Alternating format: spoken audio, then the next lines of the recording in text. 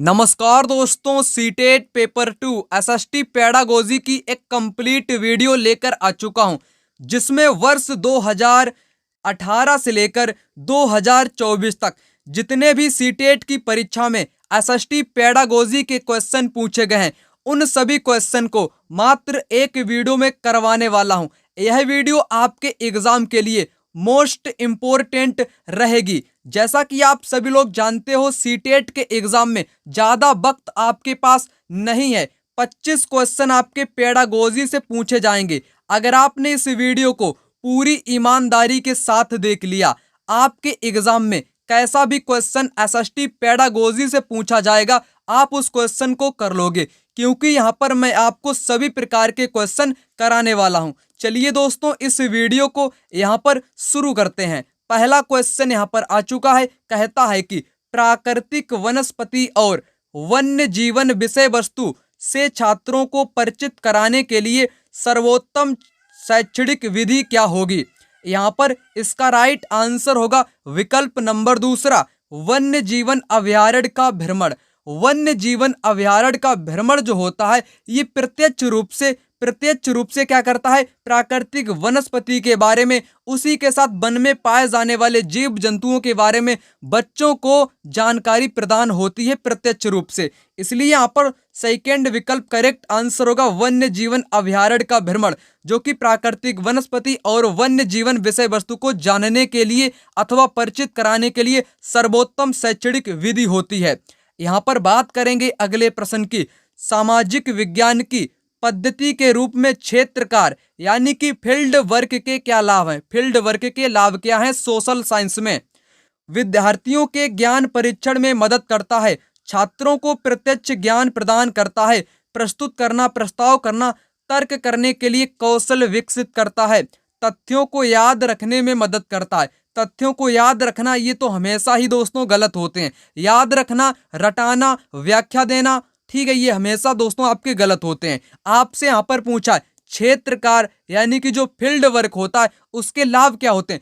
Field work का मतलब होता है छात्रों को प्रत्यक्ष ज्ञान प्रदान करना। जैसे बच्चों को आप ले गए फील्ड क्षेत्र पर यानी कि कार्य क्षेत्र पर, वहां पर बच्चे अपनी आंखों से देखेंगे उस चीज को। कहने का तात्पर्य है छात्रों को प्रत्यक्ष ज्ञान प्रदान करना फील्ड वर्क से लाभ होगा। यहाँ पर सेकेंड विकल्प करेक्ट होगा।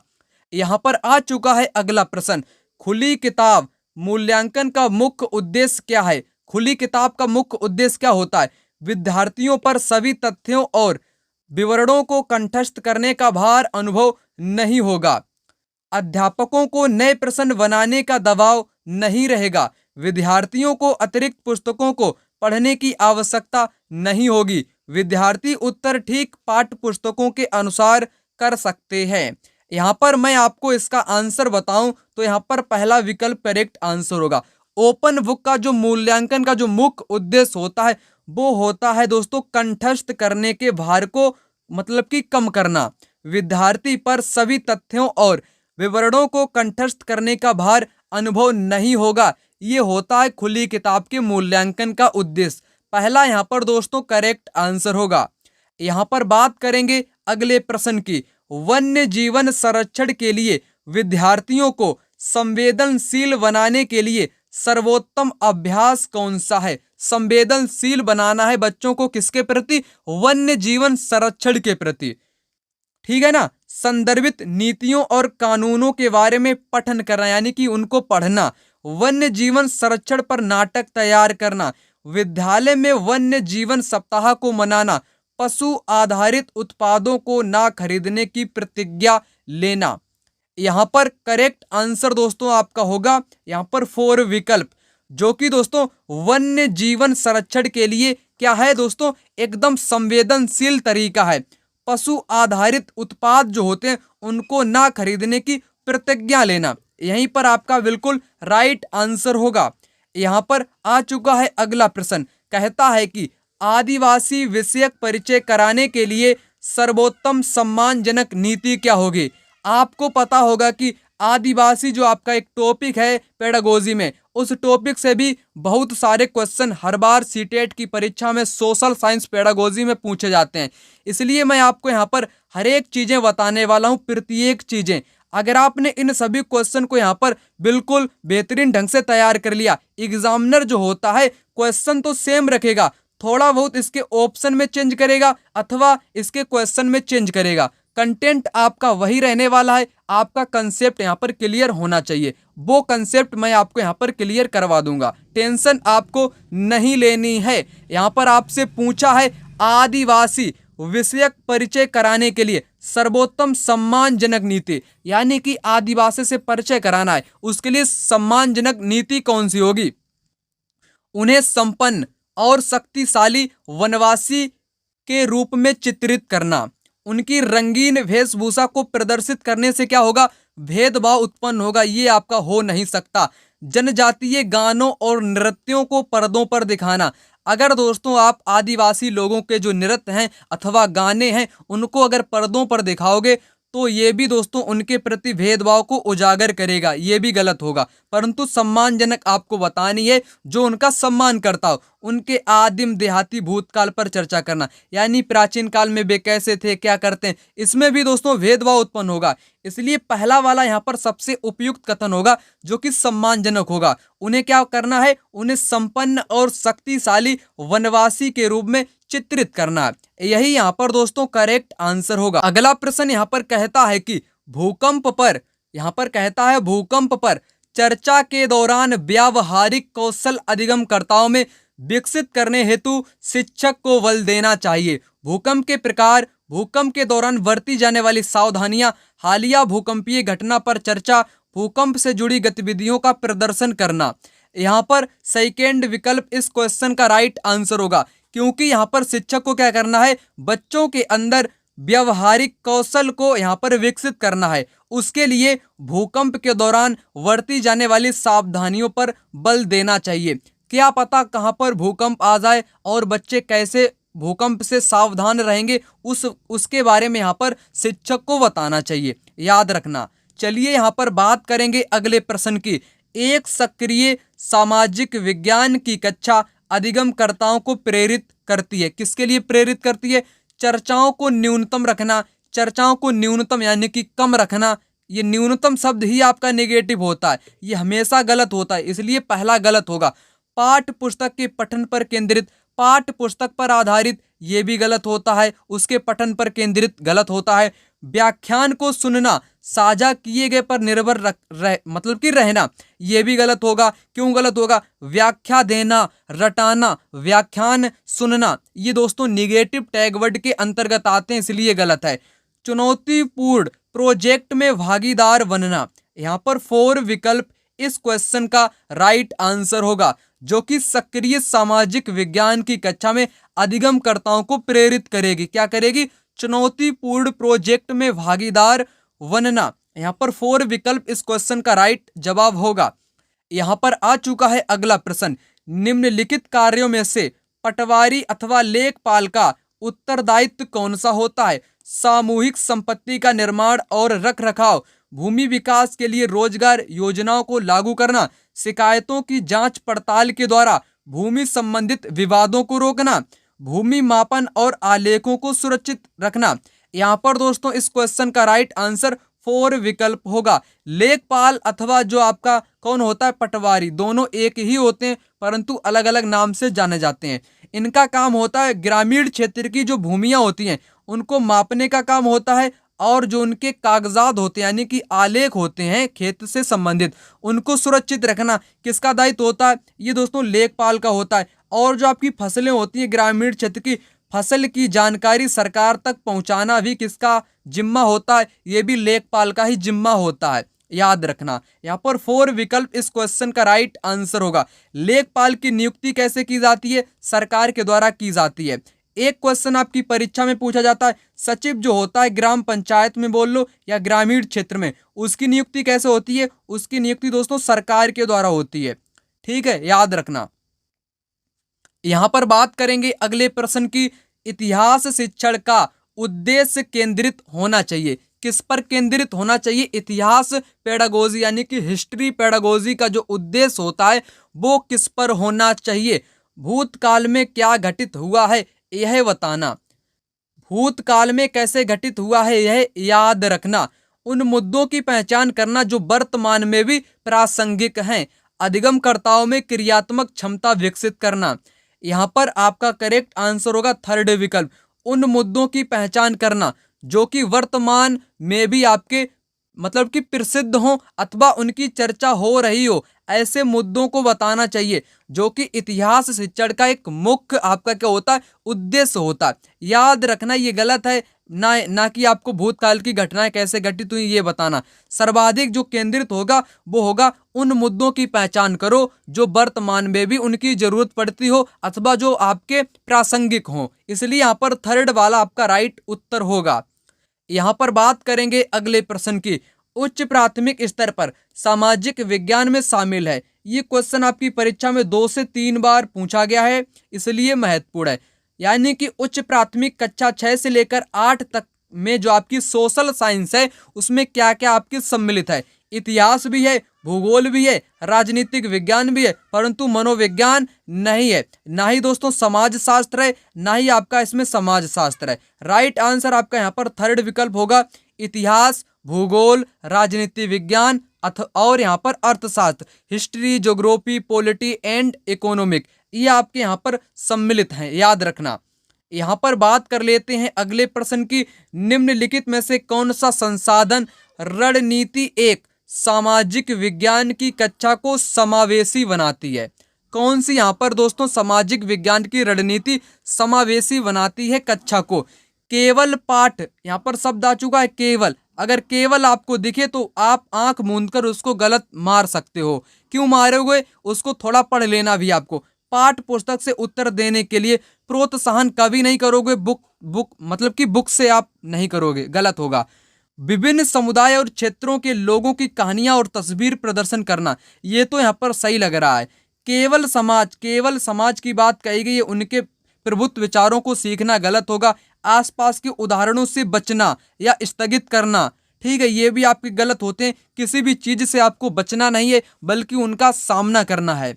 ये आप यहाँ पर कुछ टैग वर्ड होते हैं, उनको याद करके इन क्वेश्चन को आप सोल्व कर लोगे। यहाँ पर जितना मैं आपको बताऊंगा उतना आप अगर समझते चलोगे, एक भी क्वेश्चन आपके एग्जाम में नहीं छूटने वाला है। यहाँ पर दोस्तों सेकेंड विकल्प इस क्वेश्चन का राइट उत्तर होगा। यहाँ पर बात करेंगे अगले प्रश्न की। निम्नलिखित में से कौन ग्राम पंचायत में चुनकर आते हैं और कार्य संभालते हैं? ग्राम पंचायत में चुनकर आते हैं और कार्य संभालते हैं। सरपंच भी आपके किससे संबंधित है दोस्तों? सरपंच आपके ये ग्राम पंचायत से संबंधित है। आपका कैसा होगा ये दोस्तों? आपका कैसा होगा? बिल्कुल करेक्ट होगा। वार्ड के सदस्य भी ग्राम पंचायत में होते हैं, बिल्कुल राइट आंसर होगा। सचिव दोस्तों ग्राम पंचायत में चुनकर नहीं आता है बल्कि सरकार के द्वारा इसकी नियुक्ति होती है, मैंने आपको बताया था। ग्राम सभा का सदस्य भी यहाँ पर हो जाएगा। सी वाला यहाँ पर दोस्तों गलत है। सी वाला जिन में है वो यहाँ पर गलत होगा। ए सी गलत होगा, यहाँ पर 4 वाला भी गलत होगा, तीसरा वाला भी गलत होगा। बचेगा आपका दोस्तों पहला विकल्प। पहला वाला यहाँ पर करेक्ट आंसर होगा। ए और बी, ए और बी दोस्तों यहाँ पर करेक्ट आंसर होंगे इसके, ए और बी। याद रखना ए और उसके साथ बी, वार्ड के सदस्य, ठीक है ना। ये आप लोग याद रखना, ये आपके महत्वपूर्ण है आपके एग्जाम के लिए, ठीक है ना दोस्तों। अब यहाँ पर बात करेंगे अगले प्रश्न की। यहाँ पर कहता है सामाजिक विज्ञान की पाठ्य पुस्तकों में कार्टून की क्या भूमिका है? एनसीईआरटी की पुस्तक आप पढ़ते होगे तो उनमें आपको कार्टून भी नजर आते हैं। उसकी जो दोस्तों मुख्य भूमिका होती है वो होती है मूलभूत मामलों को उठाकर विद्यार्थियों को इनसे जोड़ना। मामला क्या है तो उसको विद्यार्थियों को समझने में सहायक होता है, इसलिए आपके कार्टून बने रहते हैं, याद रखना। यहाँ पर बात करेंगे अगले प्रश्न की। यदि आपको प्राचीन भारतीय इतिहास पढ़ाना है या प्रारंभ करना है तो निम्नलिखित स्रोतों में से किस स्रोत को उपयुक्त करना गलत होगा? गलत वाला आपको दोस्तों यहाँ पर बताना है। आपको बच्चों को पढ़ाना क्या है? प्राचीन इतिहास पढ़ाना है, उसके बारे में आपको गलत बताना है। गुफा चित्रकारी भी आप दोस्तों बता सकते हो, बिल्कुल करेक्ट होगा। लघु चित्रकारी आपने इतिहास में सुना है? मैंने तो आज तक नहीं सुना है लघु चित्रकारी, ये तो यहाँ पर गलत है। शिलालेख भी हैं, जैसे अशोक के शिलालेख हैं, स्तंभ लेख भी हैं, पत्थरों पर भी लिखे हुए लेख हैं जिसको बोलते हैं शिलालेख। हस्तलिपियां भी हैं, पांडुलिपियां भी हैं, ये भी यहाँ पर करेक्ट होगा। लघु चित्रकारी अथवा दीर्घ चित्रकारी ये आपके यहाँ पर गलत है। ये आपका किसी भी प्रकार के इतिहास में कुछ भी नहीं देखने को मिलता है लघु चित्रकारी, बल्कि गुफा चित्रकारी देखने को मिलता है, शैल चित्रकला देखने को मिलता है, परंतु लघु नहीं यहाँ पर देखने को मिलता है। लघु का मतलब होता है छोटा चित्रकारी, इसका कोई अर्थ ही नहीं है यहाँ पर, इसलिए गलत आपका होगा यहाँ पर दोस्तों सेकेंड विकल्प। अगला प्रश्न यहाँ पर आ चुका है, कहता है कि निम्नलिखित में से किसके लेखन को प्राथमिक स्रोत के रूप में नहीं माना जा सकता है। आपको बताना है इनमें से कौन सा लेखक है या लेखन है जिनका जो कि प्राथमिक स्रोत नहीं माना जा सकता है। इस क्वेश्चन को आप तभी सोल्व कर पाओगे तब आपको पता होगा प्राथमिक स्रोत क्या है, द्वितीयक स्रोत क्या है। आपके एग्जाम में एक या दो क्वेश्चन प्राथमिक अथवा द्वितीयक स्रोत से जरूर पूछा जाएगा, यहाँ पर समझिएगा।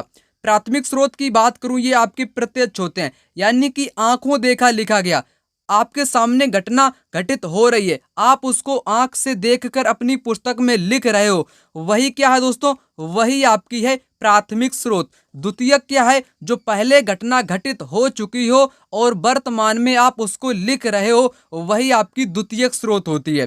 प्राथमिक स्रोत आपको बताना है लेखन नहीं है, नहीं माना जाएगा। मुजफ्फर आलम, अबुल फजल, रास सुंदरी देवी, जियाउद्दीन वर्नी। यहाँ पर अबुल फजल है, इसने किसकी रचना की है, अकबर जो नामा है उसकी रचना की है, जो कि दोस्तों अकबर का एक दरबारी कवि था। यहाँ पर ये आपका प्राथमिक स्रोत हो जाएगा क्योंकि इसने प्रत्यक्ष रूप से उस दौरान सभी चीजों का उल्लेख किया है, ये आपका प्राथमिक स्रोत होगा। रास सुंदरी देवी ने भी मतलब कि कई आत्मकथाएं लिखी हैं, उन्होंने प्रत्यक्ष रूप से लिखी हैं, ये भी आपकी कैसे होंगी, प्राथमिक स्रोत में ही आ जाएंगी। जियाउद्दीन वर्नी ये दोस्तों मुगल काल के दौरान भी एक मतलब कि एक कवि कह लो या लेखक कह लो, इसने भी दूसरों की आत्मकथाएं यानी कि इसने भी कई मतलब कि कई जो आपके सुल्तान थे उनकी रचना या उनके बारे में इसने भी लेख लिखे हैं जियाउद्दीन वर्नी ने, ये भी यहाँ पर आपका प्राथमिक स्रोत होगा क्योंकि इसने प्रत्यक्ष रूप से लिखा है। मुजफ्फर आलम, इसका नाम मैंने आज से पहले नहीं सुना है, ये यहाँ पर आपका प्राथमिक स्रोत नहीं होगा, इसलिए पहला वाला यहाँ पर दोस्तों नहीं माना जाएगा, जबकि ये आपका गलत है, बल्कि ये आपके तीनों कैसे हैं, ये प्राथमिक स्रोत में आ जाएंगे। यहाँ पर बात करेंगे दोस्तों अगले प्रश्न की, विद्यार्थियों के साथ एक छोटे समूह में योजना बनाते समय निम्न में से किस पर अधिक बल होना चाहिए, किस पर अधिक बल होना चाहिए। एक, चुनौतीपूर्ण कार्य की रचना, बिल्कुल ठीक है। विद्यार्थियों को साथ काम करना सिखाना, सही बात है। समूहों का विचार पूर्वक चयन करना, राइट है। कार्य की पूर्ति करना, गलत है। कार्य की पूर्ति करना, लक्ष्य को प्राप्त करना, सिलेबस को पूरा कराना, ठीक है, कंठस्थ कराना, ये आपके नेगेटिव होते हैं, नकारात्मक होते हैं। कार्य की पूर्ति कराना, लेवल पूरा कराना, ये गलत होते हैं, इसलिए डी आपका गलत है। डी जिन में होगा वो यहाँ पर गलत होंगे, वे आपके यहाँ से कट जाएंगे। बचेगा आपका पहला वाला, जो कि यहाँ पर ए बी सी इस क्वेश्चन का राइट आंसर होगा। पहला वाला ए बी सी, डी आपका गलत है। यहाँ पर आ चुका है अगला प्रश्न, सामाजिक और राजनीतिक जीवन अध्यापन का केंद्र बिंदु होना चाहिए। सामाजिक और राजनीतिक जो जीवन का मतलब कि केंद्र बिंदु है वो होना चाहिए, क्या होना चाहिए, राजनीतिक संस्थाओं का अध्ययन भी दोस्तों पॉलिटी में आपके आता है, राजनीतिक जीवन में आता है, करेक्ट। मूलभूत सिद्धांत भी आपके पॉलिटी में ही आते हैं, करेक्ट। ये आपको मतलब कि ये केंद्र बिंदु होने चाहिए, दोनों ही यहाँ पर करेक्ट आंसर होंगे, ए और बी दोनों।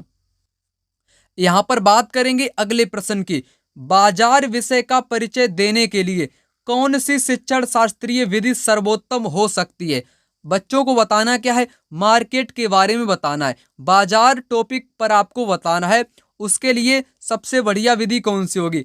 पाठ्य पुस्तक पठन और चर्चा कभी नहीं हो सकती है। एक दुकानदार को कक्षा में साक्षात्कार के लिए आमंत्रित करना, ठीक है, ये तो यहाँ पर सही मेरे को यहाँ पर लग रहा है। आगे देखते हैं, विभिन्न प्रकार के बाजारों से जुड़े चित्र को दिखाना, चित्र देखने से बाजार के विषय में जानकारी नहीं प्रदान मतलब कि प्राप्त होगी। मानचित्र में स्कूल के आसपास के बाजारों को इंगित करना, ये भी गलत होगा। राइट आंसर आपका सेकंड विकल्प होगा। एक दुकानदार को कक्षा में साक्षात्कार के लिए बुला लो, वो बच्चों को बेहतरीन ढंग से बाजार विषय पर बच्चों को बता देगा। इसलिए यहाँ पर आपका सेकंड विकल्प करेक्ट आंसर होगा।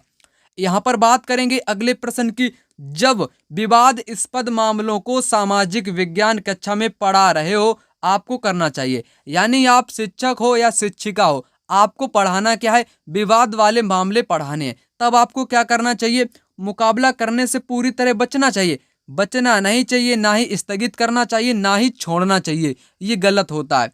समय समय पर उन्हें उठाना चाहिए और संक्षिप्त चर्चा करनी चाहिए। आगे देखते हैं, सही योजना के साथ सम्मानजनक चर्चा की पहल करनी चाहिए। यहाँ मतलब कि इससे बेहतर आपका ये थर्ड वाला लग रहा है। विद्यार्थियों की पृष्ठभूमि को ध्यान में रखते हुए केवल ठेस ना पहुंचाने वाले चर्चा, ठेस ना पहुंचाने वाले केवल, इसलिए यहाँ पर गलत हो गया। यहाँ पर थर्ड वाला राइट आंसर होगा। यहाँ पर कहा गया सही योजना के साथ सम्मानजनक चर्चा की पहल करनी चाहिए विवाद वाले मामलों पर। यहाँ पर थर्ड वाला ऑप्शन यहाँ पर करेक्ट आंसर होगा। अगला प्रश्न यहाँ पर आ चुका है, आदिवासी विषयक परिचय, ये मैंने आपको बताया है। यहाँ पर सम्मानजनक नीति कौन सी होगी, उन्हें संपन्न शक्तिशाली वनवासी के रूप में चित्रित करना। यहाँ पर बात करेंगे अगले प्रश्न की। यहाँ पर कहता है कि क्या कहता है, वन्य जीवन संरक्षण के लिए संवेदनशील बनाने के लिए मैंने आपको बताया था, क्या बताया था, मैंने बताया था पशु आधारित उत्पादों को ना खरीदने की प्रतिज्ञा लेना। ठीक है ना दोस्तों। यहाँ पर बात करेंगे अगले प्रश्न की। यहाँ पर है, एक सामाजिक विज्ञान अध्यापक या अध्यापिका का निम्न में से कौन सा लक्ष्य होना चाहिए। कंठस्थ कराना कभी लक्ष्य नहीं होगा, पाठचर्या को पूरा कराना कभी लक्ष्य नहीं होगा, परीक्षा उत्तीर्ण कराना, लेवल कराना, ये कभी लक्ष्य नहीं होंगे। लक्ष्य होना चाहिए सेकंड वाला, सापेक्ष महत्व का निर्माण करना। सापेक्ष महत्व का निर्माण करना एक सामाजिक विज्ञान के अध्यापक या अध्यापिका का लक्ष्य होना चाहिए। यहाँ पर बात करेंगे अगले प्रश्न की। द्वितीयक स्रोत का एक उदाहरण है। द्वितीयक स्रोत, द्वितीयक आपसे पूछा है। भारत का संविधान, भारत का संविधान दोस्तों एकदम प्रत्यक्ष रूप से लिखा गया है। लोगों, यहाँ पर जो संविधान लिखा गया है, ये लोगों ने प्रत्यक्ष रूप से लिखा है। ठीक है, इसमें आपके संविधान लिखने में आपकी कई समितियां थी, यहाँ पर कई अध्यक्ष थे, आप जानते होंगे। ठीक है, तो यहाँ पर मैं आपको ज़्यादा नहीं बता सकता हूँ क्योंकि आपके पास टाइम की कमी है। जल्दी से मैं आपको यहाँ पर बेहतरीन ढंग से समझाने का प्रयास करता हूँ। भारत का संविधान ये प्रत्यक्ष रूप से लिखा गया था, इसलिए आपका ये फर्स्ट सोर्स में आएगा, पहले स्रोत में आएगा। जनगणना रिपोर्ट भी आपकी प्रत्यक्ष हुई थी, ये भी आपका फर्स्ट में ही आएगा। मृत्यु पंजीकरण रिकॉर्ड भी आपकी ये फर्स्ट यानी कि प्राथमिक स्रोत में आएंगे। हमारे अतीत कक्षा 6 के लिए एनसीईआरटी की इतिहास की पाठ्य पुस्तक, क्या ये दोस्तों प्रत्यक्ष रूप से लिखी गई है? नहीं दोस्तों, यही आपका यहाँ पर राइट आंसर होगा, जो कि द्वितीयक होगा। कैसे होगा? अक्सर आप किसी भी हिस्ट्री की बुक पढ़ते होगे, क्या उस जो आपका लेखक है, लेखक ने उस पुस्तक को प्रत्यक्ष रूप से लिखा है। जैसे मैं यहाँ पर बात करूँ हड़प्पा की बात करूँ, क्या वो हड़प्पा के दौरान वहां पर गया था कि हड़प्पा वासी क्या खा रहे हैं, क्या पी रहे हैं, क्या काम कर रहे हैं, क्या उसने अपनी आंखों से देखा था? नहीं देखा था, उसने साक्ष्य के आधार पर बताया है। यानी कि ये आपकी पुस्तकें जो होती हैं, ये आपकी द्वितीयक स्रोत में आती हैं। अगर कोई व्यक्ति प्रत्यक्ष रूप से लिखेगा तब वो आपकी प्राथमिक में आएंगी। इसलिए आपको मैंने यहाँ पर समझा दिया, 4 विकल्प करेक्ट उत्तर होगा। यहाँ पर आ चुका है अगला प्रश्न, सीखने की अक्षमता वाले शिक्षार्थी किस प्रकार की कक्षा में अन्य छात्रों के साथ सीखते हैं? समावेशी कक्षा में, चाहे छात्र अक्षमता का हो चाहे क्षमता वाला हो, दोनों प्रकार के आपके समावेशी कक्षा में ही सीखेंगे। अगला प्रश्न, स्थानीय समाचार पत्र से मौसम की जानकारी का संग्रह किस प्रकार का स्रोत है? मौसम की जानकारी का संग्रह किस प्रकार का स्रोत है? स्थानीय समाचार पत्र से। यानी कि पहले मौसम, किसी भी जगह पर आंधी तूफान आया होगा, अगले दिन न्यूज़पेपर में आपने उसको पढ़ा होगा मौसम की जानकारी, तो ये दोस्तों द्वितीयक में आ जाएगी। अगर आपने इसको आंखों से देखा होता तब आपकी ये प्राथमिक में आती। ठीक है ना, ये आपकी आएगी द्वितीयक में। यहाँ पर बात करेंगे अगले प्रश्न की। भौतिक विशेषताओं के मॉडल प्रतिकृतियां शिक्षण के लिए सबसे उपयुक्त हैं, ये आपके ज्योग्राफी में उपयुक्त होती हैं, भूगोल में। अगला प्रश्न, यहाँ पर कथन और आपके दो कथन दिए गए हैं, उनको पढ़कर आपको बताना है। आलोचनात्मक सोच धारणाओं के निर्माण तथा विचारों के अनुप्रयोग और विस्तार को बढ़ावा देती है। जो आलोचनात्मक सोच क्रिटिकल थिंकिंग होती है, वो धारणाओं के निर्माण, उसी के साथ विचार के अनुप्रयोग और विस्तार को बढ़ावा देती है। पहला यहाँ पर करेक्ट है। यह दूसरों के तर्कों और विश्वासों को समझने और मूल्यांकन करने में मदद नहीं करती है। दोस्तों, मदद करती है, यहाँ पर नहीं के कारण गलत है। पहला राइट, दूसरा गलत। पहला राइट, दूसरा गलत। पहला विकल्प यहाँ पर करेक्ट होगा। ए सत्य है और बी असत्य है। यहाँ पर बात करेंगे अगले प्रश्न की। इतिहास का अध्यापन निम्नलिखित में से किस पर केंद्रीभूत होना चाहिए? किस पर केंद्रीभूत होना चाहिए? बहु प्रदर्शनों की संकल्पना और ऐतिहासिक विविधता के भाव का निर्माण। दूसरा, विद्यार्थियों को ऐतिहासिक परिप्रेक्ष्य में रहने की परिकल्पना के लिए प्रोत्साहित करना और अनुभवों के साथ जोड़ना। यहाँ पर केवल और केवल बी वाला राइट आंसर होगा। ए क्यों नहीं होगा? यहाँ पर ए गलत है। कैसे गलत है? क्योंकि यहाँ पर बहु प्रदर्शनों की संकल्पना की बात कही गई, बहुत सी जो प्रदर्शन है उनको करने की बात कही गई है, इसलिए गलत है। सिर्फ और सिर्फ बी यहाँ पर इस क्वेश्चन का राइट उत्तर। अगला प्रश्न यहाँ पर आ चुका है, कहता है कि भारतीय संसद पर दिए गए ए और बी कथनों पर विचार कीजिए।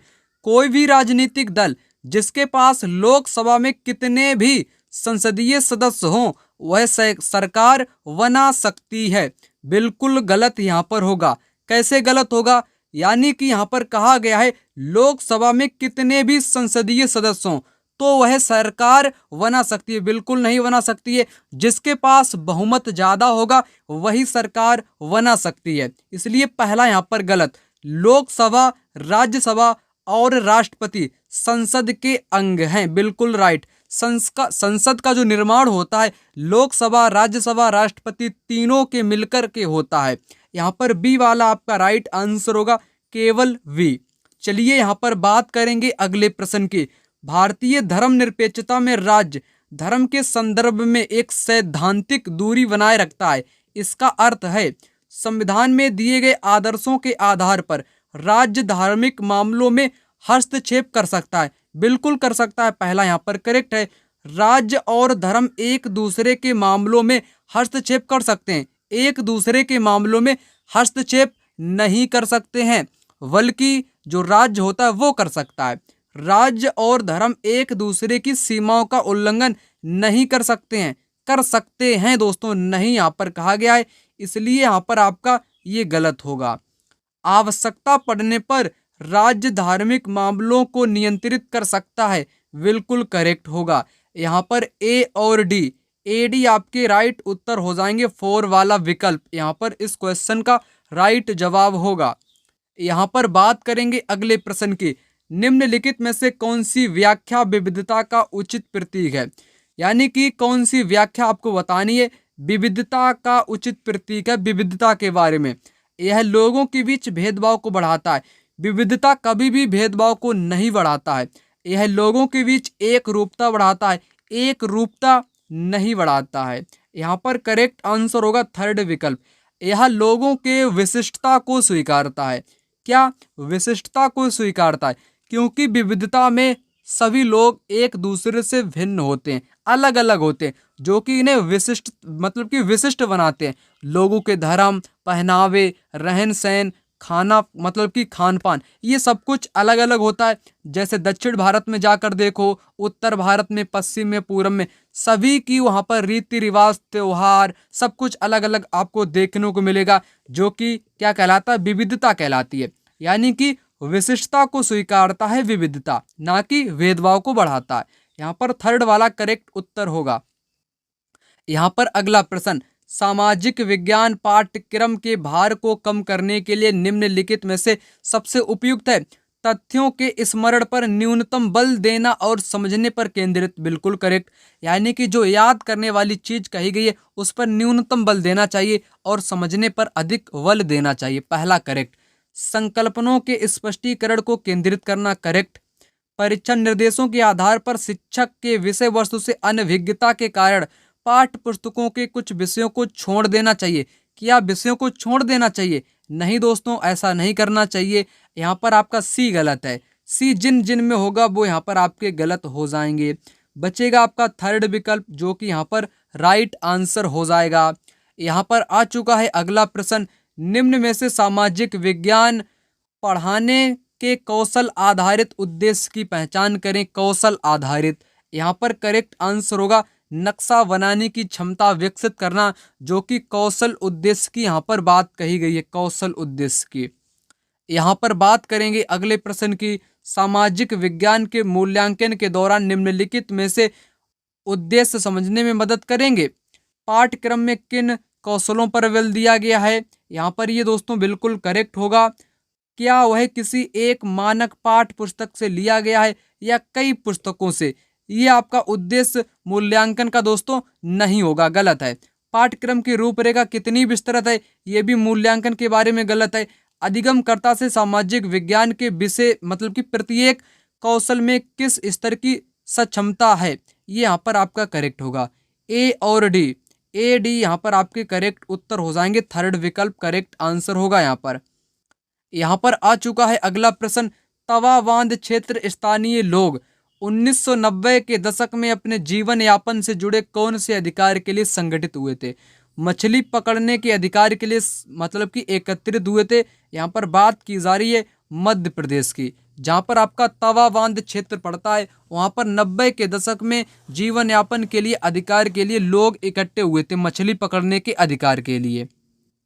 यहाँ पर बात करेंगे अगले प्रश्न की, भूकंप पर चर्चा करने के दौरान मैंने आपको बताया था भूकंप के दौरान बरती जाने वाली सावधानियां।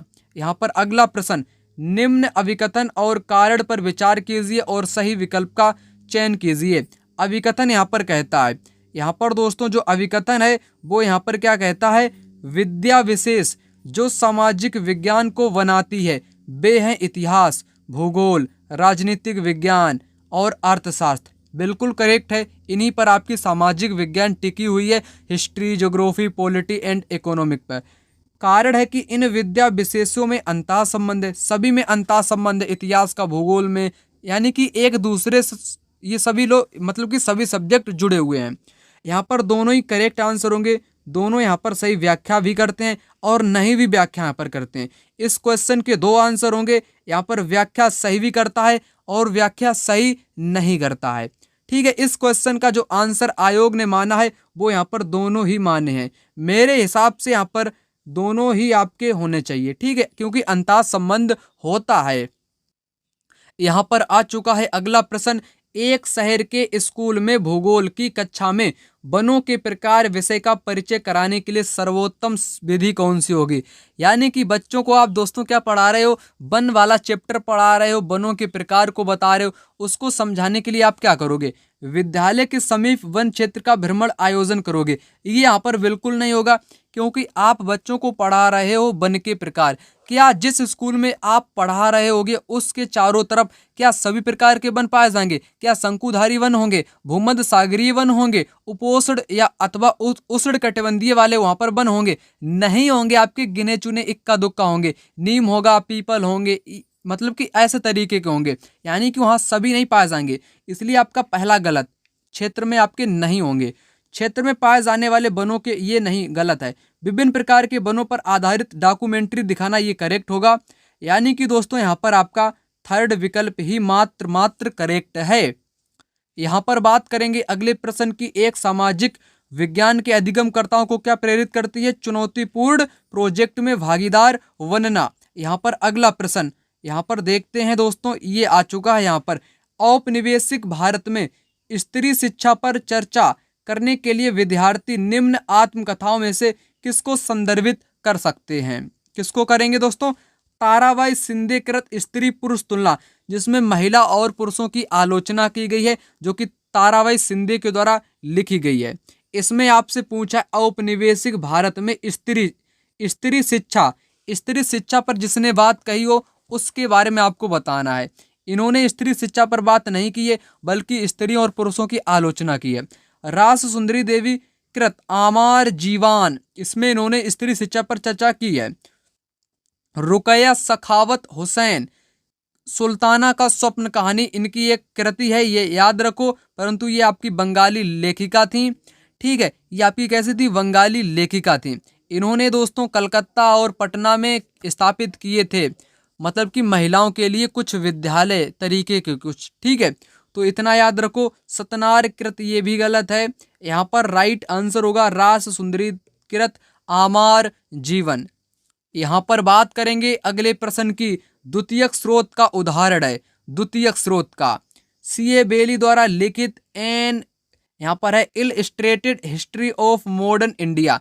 मैंने आपको शुरुआत में ही बताया था, इतिहास हो गई आपकी, ये आपकी प्रत्यक्ष नहीं लिखी गई है बल्कि साक्ष्यों के आधार पर लिखी गई है। यानी कि किसी भी इतिहासकार ने अपनी आंखों से नहीं देखा है कि हड़प्पा में लोग कहाँ जाते थे, क्या करते थे। ठीक है, तो यहाँ पर पहले ही वाला आपका राइट आंसर होगा, क्योंकि इतिहास की बात कही गई है, इतिहास की पुस्तक की, जो कि द्वितीय स्रोत होगा। जेम्स मिल द्वारा एक पुस्तक लिखी गई है, ए हिस्ट्री ऑफ ब्रिटिश इंडिया। ये दोस्तों उसने जब भारत में ये आया था, औपनिवेशिक भारत था। ठीक है, इसने अपने प्रत्यक्ष रूप से लिखा, इसने आंखों देखा भारत लिखा। इसने ए हिस्ट्री ऑफ ब्रिटिश इंडिया को 3 भागों में डिवाइड कर दिया था, हिंदू में, मुस्लिम में और ब्रिटिश भारत में। इसने 3 भागों में इसको डिवाइड किया, हिंदू, मुस्लिम, ब्रिटिश। ठीक है, याद रखना। जेम्स मिल स्कॉटलैंड का अर्थशास्त्री था, इतिहासकार था और ठीक है दार्शनिक भी था, याद रखना। ठीक है, ये आपके फर्स्ट स्रोत में आ जाएगा। भारत का संविधान भी प्रत्यक्ष लिखा गया, पहला स्रोत। रविंद्रनाथ टैगोर की जो पेंटिंग है, क्योंकि उन्होंने पेंटिंग की है, बिल्कुल अपने हाथों से की है, ये भी आपका पहला ही स्रोत हो जाएगा। यानी कि सेकेंड वाला यहाँ पर स्रोत होगा आपका सीए बेली द्वारा किसी भी प्रकार की कोई भी पुस्तक लिखित, यानी कि हिस्ट्री की पुस्तक। यहाँ पर अगला प्रश्न, सामाजिक विज्ञान में आकलन को बल देना चाहिए। आकलन उन अधिगमकर्ताओं की पहचान करना जो असफल हो रहे हैं, असफल अधिगमकर्ताओं की कक्षा में लेखन की क्षमता को जांचना। नहीं, अधिगमकर्ताओं को सूचना याद करना गलत है। अपने अधिगम को विभिन्न दैनिक परिस्थितियों से जोड़ने की अधिगमकर्ताओं की क्षमता का मूल्यांकन करना। 4 विकल्प इस क्वेश्चन का यहाँ पर दोस्तों राइट आंसर हो जाएगा। अगला प्रश्न यहाँ पर आ चुका है, ये मैंने आपको बताया है। इतिहास का जो शिक्षण का मुख्य केंद्रित या उद्देश्य होता है, वो होता है वर्तमान के जो मुद्दे हैं उनको, मतलब कि जो प्रासंगिक है उनको बताना। यहाँ पर दोस्तों अगला प्रश्न आ चुका है, यहाँ पर है सामाजिक विज्ञान की कक्षा में समानता पर चर्चा करते समय उद्देश्य होना चाहिए। समानता यानी कि इक्वलिटी पर चर्चा कर रहे हो तब आपको क्या ध्यान में रखना चाहिए? अधिगमकर्ताओं के साथ गरिमा से जुड़े मुद्दे को संबोधित करने चाहिए, गरिमा से जुड़े, बिल्कुल करेक्ट। सभी का सम्मान करने के प्रति अधिगमकर्ताओं को संवेदनशील बनाना, सभी के प्रति कैसे? सम्मानजनक, पहला भी करेक्ट, दूसरा भी करेक्ट। संविधान में परिलक्षित मूल्यों पर आधारित होना, परिलक्षित मूल्यों पर आधारित होना, यह समझाना कि हर तरह का अंतर असमानता की तरफ ले जाता, हर तरह का अंतर क्या असमानता की तरफ ले जाता, ऐसा नहीं है। डी आपका यहाँ पर गलत है, डी गलत है, डी गलत है। आपका यहाँ पर पहला विकल्प इस क्वेश्चन का राइट आंसर होगा A B C. A B सी यहाँ पर राइट आंसर होगा, ए बी सी। डी यहाँ पर आपका गलत होगा। अगला प्रश्न यहाँ पर दोस्तों आ चुका है, नई दिल्ली के वास्तुशैली की चर्चा में एक शिक्षक को केंद्रित करना चाहिए। यानी कि दोस्तों एक शिक्षक है, वो नई दिल्ली की वास्तुशैली को, मतलब कि उसके बारे में चर्चा कर रहा है, तब शिक्षक को केंद्रित करना चाहिए। कैसे पर्यटक इमारतों को देखते हैं, ये नहीं, यहाँ पर कोई भी निष्कर्ष नहीं निकलेगा। इमारतों को दूर से कैसे देखा जाएगा, ये भी आपकी कोई भी बात यहाँ पर स्पष्ट नहीं है। उसकी शैली पुरानी दिल्ली की शैली से कैसे श्रेष्ठ है, यहाँ पर यह भी नहीं होगा। कैसे यह ब्रिटिश महत्ता और विस्मय का भाव पैदा करता है। आपका 4 विकल्प यहाँ पर दोस्तों करेक्ट आंसर हो जाएगा, 4 वाला विकल्प। यहाँ पर आ चुका है अगला प्रश्न, निम्नलिखित में से कौन सी नीति सामाजिक न्याय को प्रोत्साहित करती है? सामाजिक न्याय को, सरकारी नौकरियों में सूचीगत दलित जाति के उम्मीदवार को आरक्षण देना, जो कि सामाजिक न्याय को प्रोत्साहित करती है। न्यूनतम मेहनताना कानून पारित करना, यानी कि कम से कम मेहनत लगे और मेरे को यहाँ पर रुपए भी प्रदान, मतलब कि मिल जाए, वही होता है न्यूनतम मेहनताना। ये भी सामाजिक न्याय को प्रोत्साहित करती है। दोनों यहाँ पर दोस्तों करेक्ट आंसर इस क्वेश्चन के हो जाए। अगला प्रश्न यहाँ पर आ चुका है, कहता है कि अभिकथन और यहाँ पर तर्क दिया गया है। अभिकथन कहता है प्रारंभिक स्तर पर सामाजिक विज्ञान का शिक्षण महत्वपूर्ण है, बिल्कुल महत्वपूर्ण है, पहला यहाँ पर करेक्ट है। यह बच्चों को सामाजिक मामलों के प्रति संवेदनशील बनाता है तथा उसमें भिन्नता एवं भेदभाव के लिए सम्मान विकसित करता है। दोनों दोस्तों यहाँ पर करेक्ट हैं, इसलिए सेकंड विकल्प यहाँ पर करेक्ट होगा। दोनों सही हैं और सही व्याख्या भी यहाँ पर करते हैं। यहाँ पर आपने इस क्वेश्चन को देख लिया होगा। यहाँ पर बात करेंगे इस महत्वपूर्ण क्वेश्चन की। ये क्वेश्चन आपके एग्जाम में 2 से 3 बार पूछा गया है। यहाँ पर है अभिकथन और तर्क, चलिए जान लेते हैं। भारत के गांव में किसानों के कई आत्महत्या के मामले रिपोर्ट किए गए हैं, बिल्कुल सही बात है। यह कारण है इसका या तर्क है, मानसून का अभाव, कर्ज यानी कि ऋण चुका पाने की अक्षमता किसानों में दुखों का कारण बनती है। यानी कि जो किसान होते हैं ग्रामीण क्षेत्र के, वो कर्ज में डूब जाते हैं, कर्ज चुका नहीं पाते हैं, जिस कारण वे आत्महत्याएं कर लेते हैं।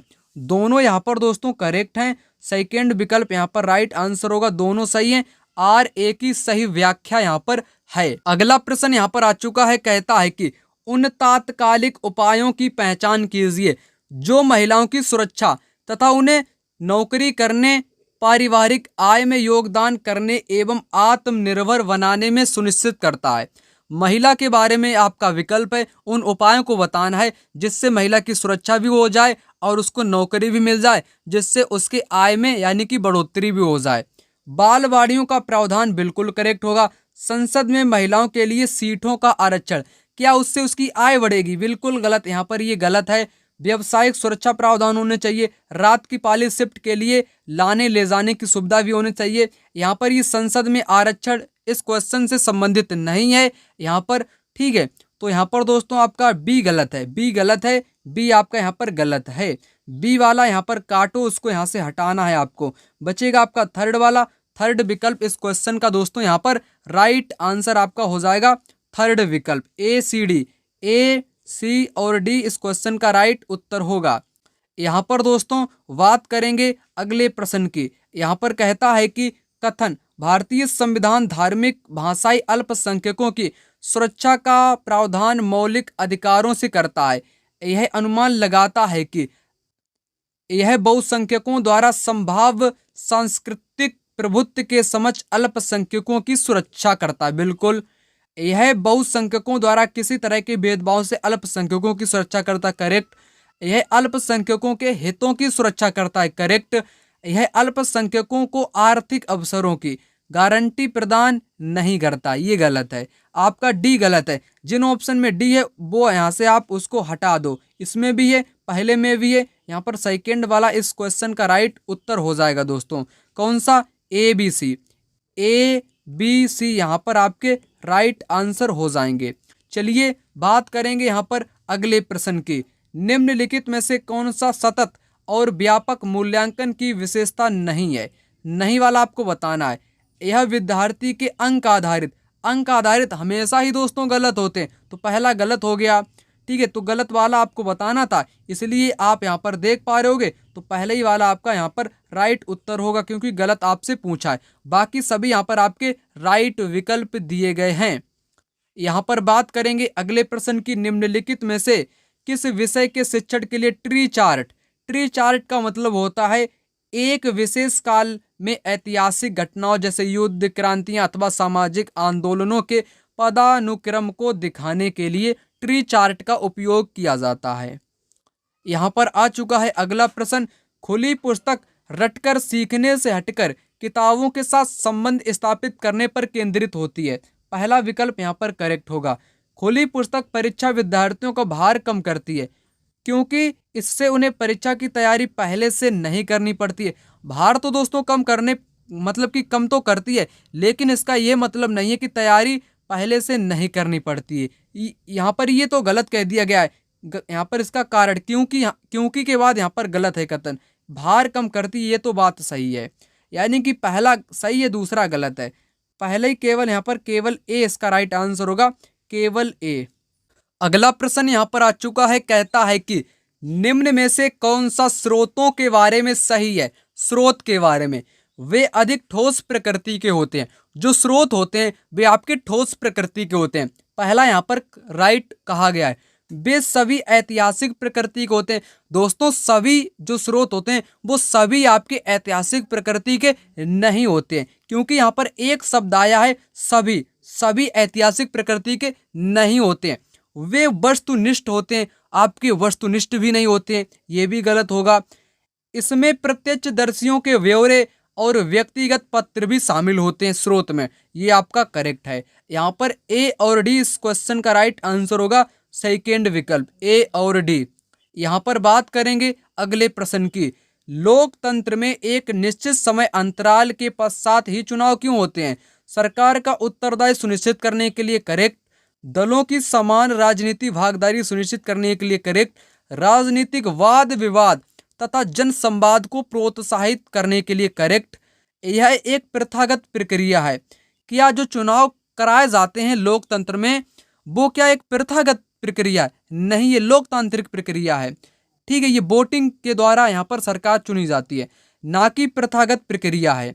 यहाँ पर डी आपका गलत है। डी जिन ऑप्शन में होगा यहाँ से उसको फटाक से हटा देना है आपको। बचेगा आपका यहाँ पर कौन सा? सेकेंड विकल्प, जो कि यहाँ पर दोस्तों करेक्ट आंसर होगा A B C. A B C, D यहाँ पर गलत। अगला प्रश्न यहाँ पर कहता है कि भारतीय लोकतंत्र के संदर्भ में निम्नलिखित में से कौन सा कथन गलत है? गलत आपको यहाँ पर बताना है लोकतंत्र के बारे में। भारतीय जनता का एक छोटा हिस्सा भारतीय स्वतंत्रता से पहले भी मतदान कर सकता था। यहाँ पर आपका बिल्कुल राइट दिया गया है। स्वतंत्रता के बाद भारत ने प्रतिनिधि लोकतंत्र को अपनाया, ये भी करेक्ट है। भारत में सरकार को लोग अप्रत्यक्ष रूप से चलाते हैं, बिल्कुल, ये भी बिल्कुल करेक्ट है। भारत में पहला आम चुनाव 1950 में नहीं हुआ था, बल्कि ये 1951 से 52 के मध्य में हुआ था। 50 में तो हुआ नहीं था, 51-52 में हुआ था, याद रखना। यहाँ पर चौथा गलत है, बल्कि तीनों आपके यहाँ पर राइट हैं। आपको गलत बताना है, गलत आपका 4 वाला होगा, इसलिए राइट उत्तर यहाँ पर 4 विकल्प माना जाएगा। यहाँ पर बात करेंगे अगले क्वेश्चन की। एक शिक्षक के तौर पर आप इतिहास के लोहा बनाने वाले और फैक्ट्री मालिक विषय पर चर्चा करते समय भूगोल की पाठ्य पुस्तक के किस अध्याय के साथ इसका अंतर संबंध स्थापित कर सकते हैं? यानी कि दोस्तों आपको क्या यहाँ पर पढ़ाना है बच्चों को, या आप पढ़ा रहे हो या किसी टॉपिक को पढ़ा रहे हो? लोहा टॉपिक को। टॉपिक कौन सा है? लोहा बनाने वाली फैक्ट्री और उसका मालिक का टॉपिक है। लोहा जो होता है ये ज्योग्राफी के किस टॉपिक में आता है? खनिज संसाधन में भी दोस्तों लोहा आता है, उद्योग धंधों में भी लोहा टॉपिक आता है। ऊर्जा संसाधनों में क्या लोहा टॉपिक आएगा? नहीं आएगा। ठीक है, पावर रिसोर्स में लोहा आयरन आपका इसमें नहीं आएगा, गलत होगा। हमारे पृथ्वी के अंदर से धातुएं प्राप्त होती हैं जिनमें लोहा आपका आता है। यहाँ पर डी भी इसका राइट आंसर होगा, ए भी होगा, बी भी होगा। सी यहाँ पर दोस्तों गलत होगा। सी कथन यहाँ पर आपका गलत होगा, सी वाला हटा दो, बल्कि आपके राइट आंसर होंगे ए वी डी। सेकेंड विकल्प यहाँ पर होगा ए वी डी इस क्वेश्चन का राइट आंसर। यहाँ पर बात करेंगे अगले प्रश्न की। ग्लोब और प्रकाश स्रोत का इस्तेमाल करके एक शिक्षक निम्न में से किन अवधारणा को दर्शा सकता है? शिक्षक के पास है ग्लोब और प्रकाश स्रोत, इनकी सहायता से परिक्रमण को भी, दिन रात को भी, मौसमी परिवर्तन इनको दर्शा सकता है, वर्षा के वितरण को नहीं दर्शा सकता है। यहाँ पर डी को छोड़कर पहला वाला यहाँ पर राइट आंसर होगा A B C. A B सी पहला विकल्प यहाँ पर इस क्वेश्चन का राइट आंसर हो जाएगा। यहाँ पर बात करेंगे अगले प्रश्न की। सामाजिक विज्ञान की पाठचर्या उच्च प्राथमिक स्तर पर केंद्रित करता है। क्या केंद्रित करता है? पृथ्वी के जीवन के आवास के रूप में समझना। बिल्कुल दोस्तों, पहला यहाँ पर करेक्ट होगा। अपने क्षेत्र, राज्य और क्षेत्र का या देश का अध्ययन करना, ये भी केंद्रित है। तीसरा है भारत के अतीत और सामयिक विकास का अध्ययन करना। ये तीनों आपके करेक्ट आंसर हो जाएंगे दोस्तों। यानी कि कक्षा 6 से लेकर जो 8 तक सामाजिक विज्ञान है, ज्योग्राफी में पृथ्वी को आवास के रूप में, पॉलिटी में क्या है, राज्य है, देश का है, उनका अध्ययन, और इतिहास में अतीत के बारे में अध्ययन। यहाँ पर आपके तीनों ही राइट आंसर होंगे। थर्ड विकल्प ए बी और सी, ए बी और सी यहाँ पर करेक्ट आंसर होगा। यहाँ पर अगला प्रश्न कहता है, डॉक्टर अंबेडकर के कोरेगांव जाते हुए अनुभव का वर्णन करते हुए एक शिक्षक पूछते हैं, क्या आपको लगता है स्टेशन पर लोगों ने डॉक्टर अंबेडकर और उनके भाई के प्रति भेदभाव किया? इस प्रश्न में शिक्षक किस कौशल पर जोर दे रहे थे? एनसीईआरटी आपकी पॉलिटी में एक चैप्टर है जिसमें थोड़ा बहुत अंबेडकर के बारे में बताया गया है। एक बार वो ट्रेन से उतरे, ठीक है, उनको मतलब शाम हो गई, पहुंचते पहुंचते एक व्यक्ति उनको मिला, उन्होंने अपनी जाति बता दी कि मैं दलित हूं या इस कास्ट का हूं, तो उसके प्रति कुछ मतलब कि भाव वहां पर उत्पन्न हुए। ठीक है, तो उसी से संबंधित यहाँ पर घटना है जो कि दोस्तों परिस्थितियों का अनुमान लगाती है। ठीक है, उस दौरान कैसे क्या हुआ था, यानी कि परिस्थितियों का अनुमान लगाना यहाँ पर करेक्ट आंसर होगा। यहाँ पर बात करेंगे अगले प्रश्न की, सामाजिक विज्ञान की कक्षा में समानता पर चर्चा करते समय, ये मैंने आपको बता दिया है। यहाँ पर बात करेंगे एक महत्वपूर्ण प्रश्न की, यहाँ पर आ चुका है, अनुभवजन्य साक्ष्य क्या है? अनुभवजन्य, यहाँ पर इस क्वेश्चन का राइट आंसर होगा पहला विकल्प, इंद्रियों के माध्यम से वास्तविक दुनिया में एकत्रित आंकड़े ही अनुभवजन्य साक्ष्य होते हैं, अनुभव से प्राप्त, इंद्रियों से प्राप्त।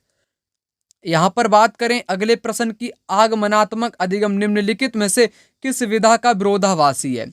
व्याख्या देना ये गलत है, संरचनात्मक प्रशिक्षण राइट होगा, अनुकरण राइट होगा, निपुणात्मक आपका अधिगम राइट होगा।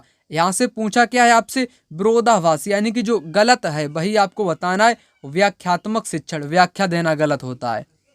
यहाँ पर अगला प्रश्न दोस्तों आ चुका है, सामाजिक विज्ञान के अध्यापक अध्यापिका का मुख्य उद्देश्य क्या होना चाहिए? मुख्य उद्देश्य दोस्तों क्या होना चाहिए? शिक्षार्थियों में प्रतिस्पर्धा जागृत करना, सभी तत्व को समाज का निर्माण करते हैं और उनके बीच के संबंधों का बोध कराना, शिक्षार्थियों को सामाजिक ऐतिहासिक तथ्य याद करवाना, ये गलत होगा, याद करवाना, समाज में यथास्थिति बनाए रखने तथा सरकार के सभी निर्णय को स्वीकार करने के लिए।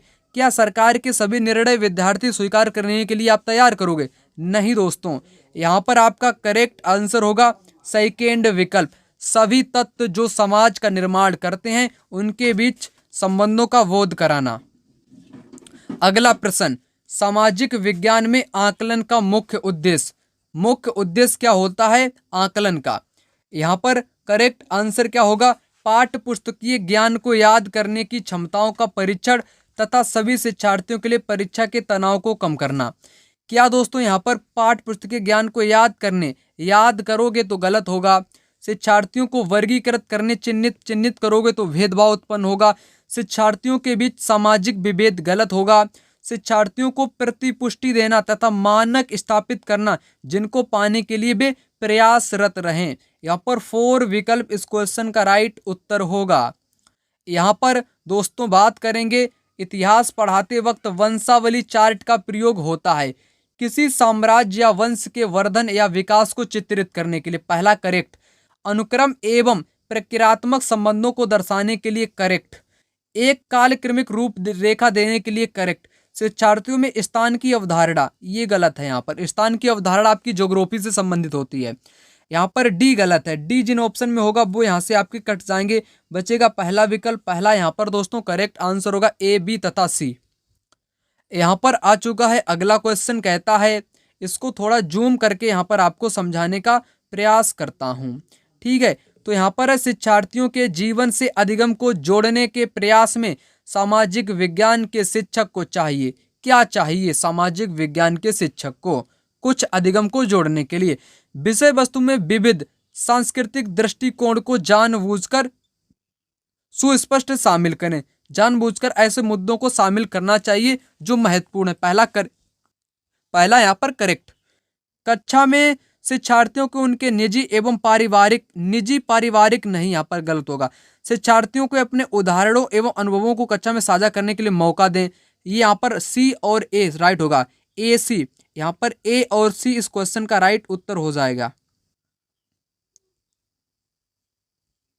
अगला प्रश्न यहाँ पर है आपका, एक दृष्टिबाधित शिक्षार्थी के साथ कार्य करते समय एक सामाजिक विज्ञान शिक्षक को किस प्रकार से शिक्षण अधिगम प्रक्रिया में अनुकूल करना चाहिए? यानी कि बच्चा आपका दृष्टिबाधित है, उसको कैसे आप पढ़ाओगे?